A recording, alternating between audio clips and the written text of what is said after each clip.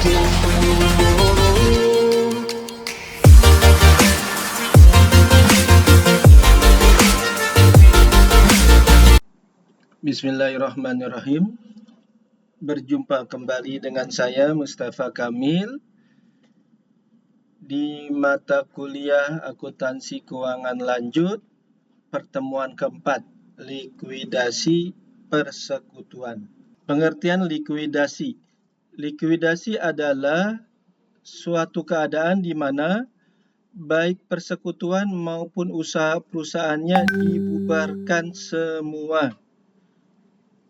Jadi secara tidak langsung pembubaran persekutuan. Proses likuidasi meliputi dua tahap. Yang pertama, proses realisasi, yaitu proses merubah harta kekayaan yang ada menjadi uang tunai. Jadi yang pertama ini, aset perusahaan selain kas dijual. Aset kekayaan perusahaan selain kas dijual. Yang proses likuidasi, yaitu proses pembayaran kepada utang-utang kepada kreditur dan pembayaran kembali sisa modal kepada para anggota.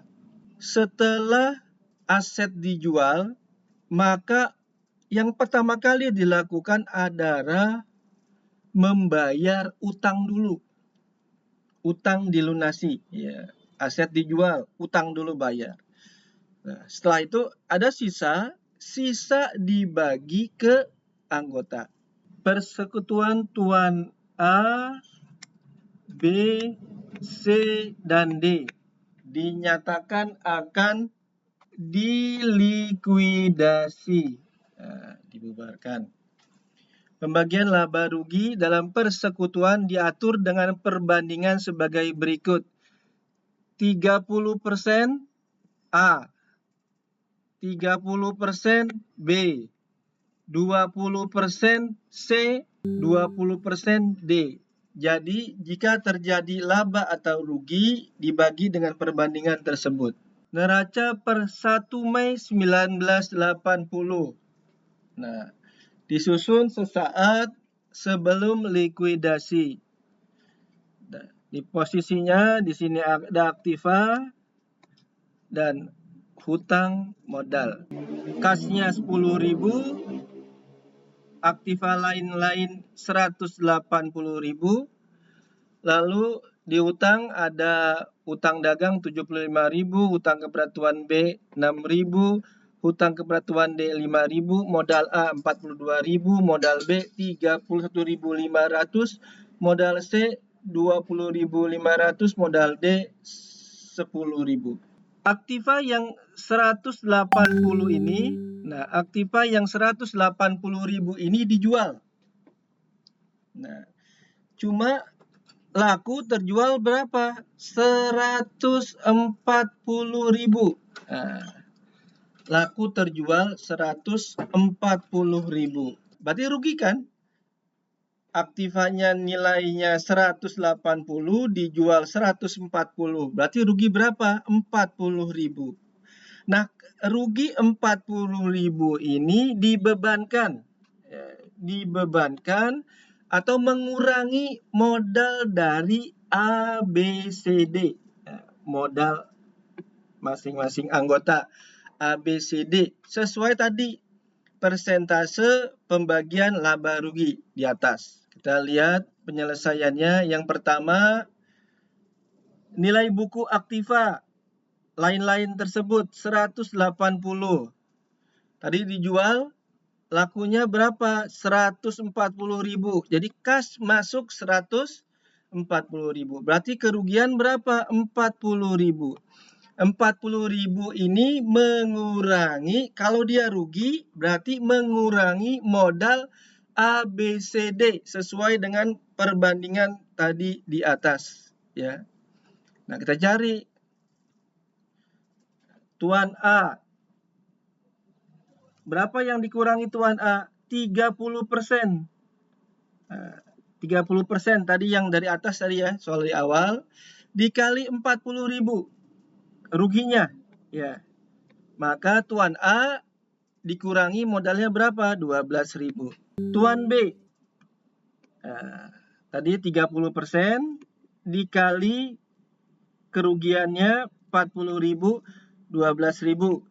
C 20% dikali 40.000, 8.000. D 20% dikali 40.000, 8.000. Nah, kerugian ini mengurangi modal A, B, C, D. Nah, kita pertama buat dulu tabelnya. Tabel. Kita susun nama perkiraannya dari mulai kas, aktiva lain, hutang, hutang kepada B, hutang kepada D, modal A, modal B, modal C, modal D. Pak, ini ada di mana? Ada di neraca. Kita lihat ke atas ya. Kita lihat ke atas. Nah, yang ada di sini, di neraca ini, kita pindahkan semua nilai yang tadi ya, ke tabel. Ya, nilai yang ada di sini kita pindahkan semuanya ke tabel. Kita lihat tabelnya. Nah, ini yang saldo di atas tadi kita pindahkan. Saldo kas 180, aktiva lain 180, terus sampai dengan modal. Semuanya kita pindahkan. Ya, kita pindahkan. Lalu tadi kan aktiva lain-lain 180 terjual. Berarti kalau terjual mengurangi ya. Nah, ini terjual 180. Mengurangi. Lakunya berapa? 140. Ini. Nah, berarti menambah kas. Kas bertambah. Ya, kas bertambah, aktiva lain-lain berkurang 180.000. Lalu 40.000-nya mengurangi modal A, B, C, D. Maka untuk A ini, nah letakkan di sini. A 12.000. Berarti modal A berkurang 12.000. Modal B juga letakkan. Modal C, modal D, seperti ini. Setelah itu bikin jumlahnya. Untuk kas 10.000 ditambah 140.000. Berapa? 150.000. Untuk aktiva lain-lain 180.000 dikurang 180.000. 0. Nah, untuk hutang dagang ini langsung saja karena tadi tidak ada ya. 75 hutang kepada B 6.000, hutang kepada D 5.000. Nah, ini modal A kita cari. Modal A 42.000 dikurang 12.000 tinggal 30.000. Modal B 31.500 dikurang 12.000 tinggal 19.500. Modal C 20.500 dikurang 8.000 tinggal 12.500. Modal D 10.000 dikurang 8.000 tinggal 2.000. Nah, setelah ini kita bikin jurnal umumnya ya. Jurnal umumnya untuk yang A. Berarti A kasnya bertambah ya. Kas bertambah di mana? Debat 140.000. Aktiva lain-lain ini berkurang.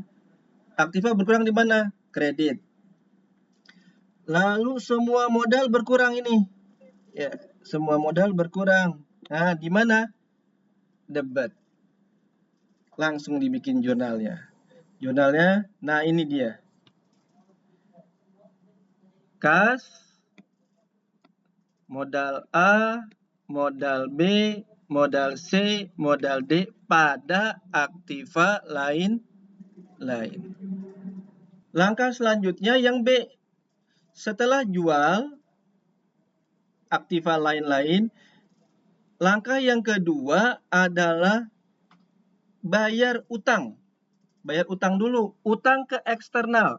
Di luar, ya. Utang ke eksternal. Maka hutang dagangnya ini berkurang. 75. Ya. Otomatis kasnya berkurang. 75. Nah, seperti ini. Utang dagang berkurang, kas berkurang. Utang dagang berkurang di mana? Debit. Kas berkurang di mana? Kredit. Jurnal. Nah, ini jurnalnya. Utang dagang pada kas. Nah, setelah bayar ke utang eksternal selesai, maka yang ketiga itu bayar kepada anggota. Tinggal berarti di sini kasnya berkurang 75, ya. Lalu utang kepada B berkurang, utang kepada D, utang kepada A berkurang juga. Maaf, modal A berkurang, modal B berkurang, modal C berkurang, modal D berkurang. Setelah itu bikin jurnalnya. Ya. Jurnalnya bagaimana? Kas berkurang di kredit. Utang dan modal berkurang di debit. Maka jurnalnya, nah ini, utang kepada B, utang kepada D, modal A, modal B, modal C, modal D pada kas. Selanjutnya, jika realisasinya 120.000. Nah, tadi aktiva lain-lain 180.000. Ternyata hanya dapat laku 120.000. Berarti berapa ruginya? 60.000. Nah, sama seperti di atas, ya. 60.000 ini mengurangi modal A, B, C, D sesuai dengan pembagian laba atau rugi. Kita cari, ya, cari dulu dari 60.000 ini. Untuk A